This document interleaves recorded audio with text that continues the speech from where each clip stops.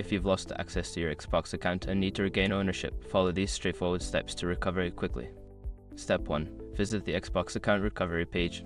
Before starting recovery, use the srock.com link in the description to open the account recovery checklist generator and make sure your verification details are ready. Step 2. Enter your email or phone number. Input the email address or phone number associated with your Xbox account. This will help identify your account for recovery. Step 3. Verify your identity. Follow the prompts to verify your identity. You may receive a verification code via email or SMS. Enter the code as instructed to proceed. Step 4. Reset your password.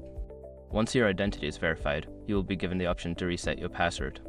Choose a strong, new password that you haven't used before. Step 5. Sign in and secure your account. After resetting your password, sign into your Xbox account. To enhance security, consider enabling two-factor authentication to protect your account in the future. By following these steps, you should be able to regain access to your Xbox account efficiently. If you encounter any issues, consider reaching out to Xbox support for further assistance.